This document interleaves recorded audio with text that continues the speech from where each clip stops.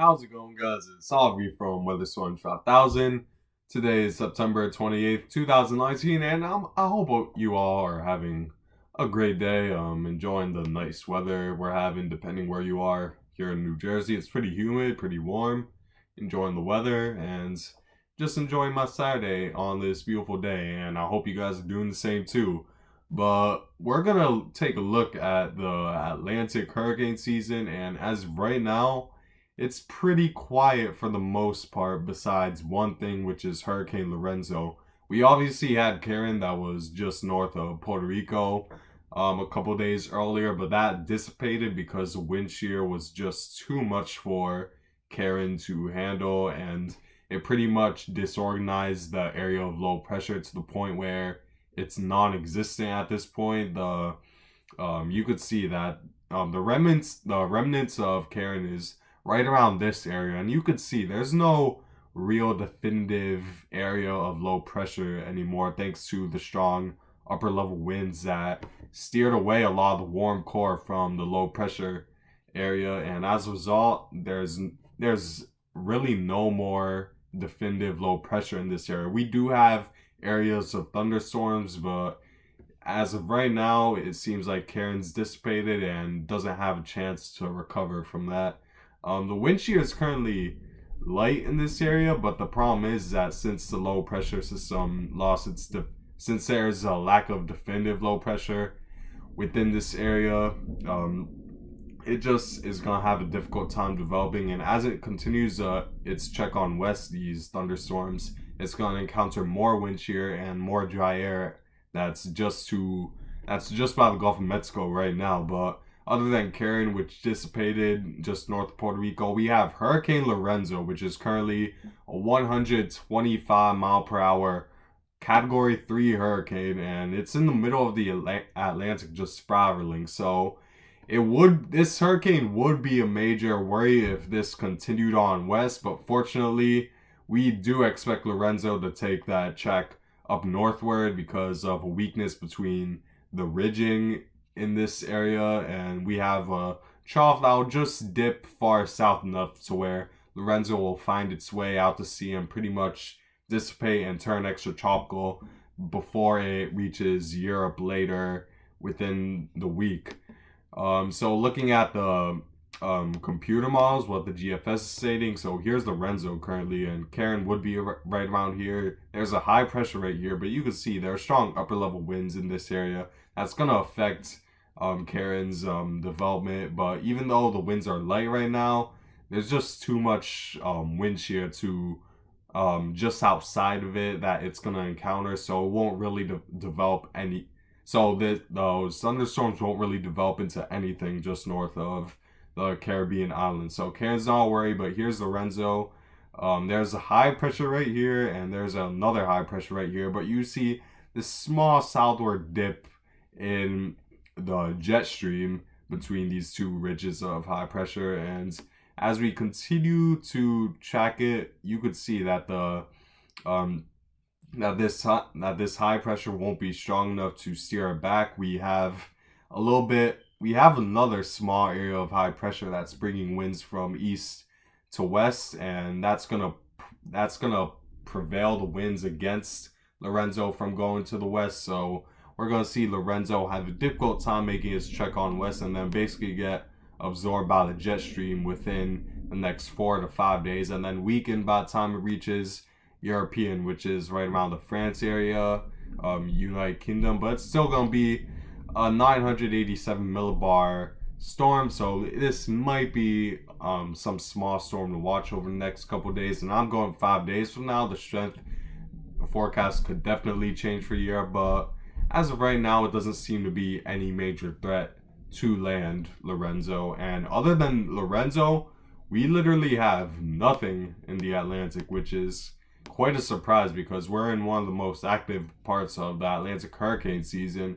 and this is definitely good news. No, there's not really a low pressure system that could form into anything. Lorenzo is the only one in existence, and it's definitely good news that we're seeing no tropical cyclones that have a chance of development we do see these thunders, small area of thunderstorms in this area, but it's too far south to really do anything.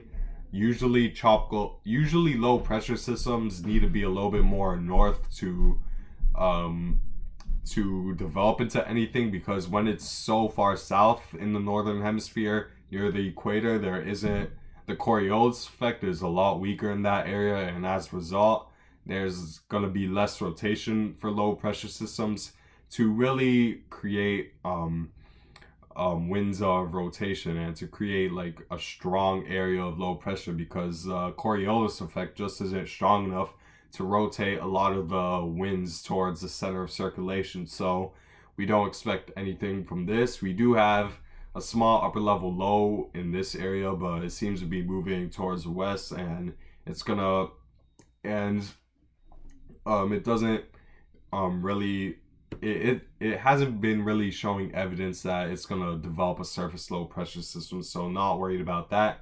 And there's an abundance of dry air throughout the Caribbean, throughout the Gulf of Mexico, and we're entering the month of October, so tropical cyclones are going to become less likely to develop off the coast of Africa, as we're going to see the what's regular for October. You can see that entering the month of October, we usually get the most likely areas where tropical cyclones will develop are just south of Florida, just to the right around Cuba, and throughout the Atlantic, just offshore of the southeast. So this is definitely going to be the area to watch over the next several months. And keep in mind, October is still a pretty active month when it comes to hurricanes. So I definitely wouldn't let your guard down just yet, just because we passed September. And based off of this map, you could see that off of Africa, it's very unlikely for a tropical system to develop off the coast of Africa going into October. So expect less of that, and expect more tropical cyclones to develop right around the Caribbean and Gulf of Mexico. And ahead, and looking at the sea surface temperatures, we see that a lot of the Atlantic is quite above average when it comes to the wind forecasts. I mean, when it comes to the water temperatures, you see that the northern Atlantic, just off the coast of New England, is well above average, which may be good news, because when it's warmer in the northern Atlantic, in the subtropical Atlantic, then there's more likely to be rising air in this area, which means in a less conducive area, which is definitely good news, because if the water temperatures were a lot warmer, let's say closer to the main development region in Africa, or even in the Caribbean or the Gulf of Mexico during the month of October, we may see more tropical cyclones, because the water temperatures are the warmest in an area where tropical cyclones are very conducive for, where the environment's very conducive for development. But thankfully, a lot of the warm water is in a less conducive area for tropical cyclone development, which means more rising air is going to be in an area where it's not, where tropical cyclones aren't I'm trying to find the right word, but they aren't really the conditions aren't conducive enough in this area of the Atlantic for tropical cyclone development. And what that means is that if we see more rising air in this area, there's a more likely chance we will see sinking air in the more average to below average sea surface temperature areas, like the main development region in the Atlantic, and especially just off the coast of Bermuda. And a lot of this anomaly of the cooler waters off of Florida is thanks to Dorian's slow movement over the Bahamas, as it's slightly below average, while the Gulf of Mexico is mainly around average. So that's definitely good news that this area is still is not really above average by much. However, area where tropical cyclones are conducive enough for development during the month of October is right here, and you can see it's about 1 degree Celsius above average. So that's something to keep in mind. We could see a lot of more than we could see tropical cyclones develop in this area more than usual for the month of October. And also, maybe just off the coast of New England, but thankfully, if it develops right around here, it's unlikely that it'll impact land because October is usually the month where we see the strong westerly winds continue to develop in the, within the mid latitudes by this time of the year. So that's definitely going to be good news. But however, just keep and watch just to the south of the Caribbean islands. But I guess that's it for this report. I thank you guys for watching. And don't sleep on the hurricane season just yet because October is still quite an active month. And I hope you guys enjoy the rest of your day.